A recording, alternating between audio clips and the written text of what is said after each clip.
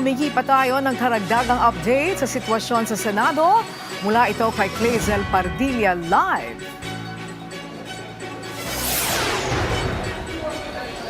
Angelique, itinuloy pa rin ang pagdinig sa Senado kaugnay sa maanumalyang flood control project. Ito'y kahit pa pinauuwi na ni Acting Senate President Win Gatchalian ang mga opisyal at kawani ng Senado ngayong araw. Mahigpit naman ang seguridad na ipinatutupad sa paligid ng Senado isang araw matapos ang balasahan sa mataas na kapulungan.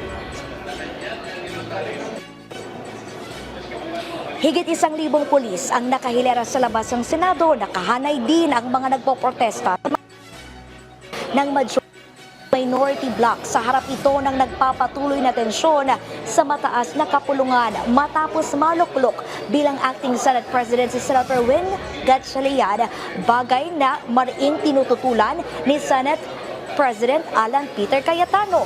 Pinauwi na ng Senado ang mga opisyal at empleyadong nag-report sa trabaho ngayong Huwebes. Sa abisong nilagdaan ni Senator Gatchalian, pinayagang umalis sa opisina ng kawani simula alas 10 ng umaga. Wala anyang nakatakdal na opisyal na aktibidad sa araw na ito. Isinaalang-alang din ang kaligtasan, seguridad at kapakanan ng mga tauhan dahil sa inaasahang mga aktibidad sa loob at paligid ng Senate Complex. Mananatili namang naka-duty ang mga tauhan ng Office of the Sergeant at Arms at Maintenance, pati na rin yung General Services Bureau na nasa shifting schedule. Hinikayat ang mga tanggapan na gawin ang kanilang mga trabaho work from home. Sa kabila niyan, nagpatuloy ang sesyon ng Blue Ribbon Committee na dating mayorya na ngayon ay tinatalaka yung flood control scam. Ito'y kahit pa inanunsyo ng bagong Blue Ribbon Committee Chairperson, Senator Erwin Tulfo, na ipagpapaliban yung pagdinig. Pinangunahan ito ni Senator Pia Cayetano ngayong araw. Sa naturang hearing, tinawag ni Senator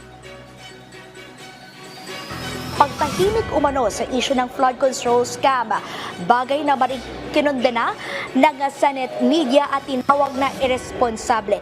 Malisyoso ani ang pahayag at hindi patas para sa mga alagad ng media na handang ibuwis ang buhay. Maibahagi lamang ang mahalagang impormasyon na nangyayari sa Senado, kabilang na yung nangyaring putukan dito.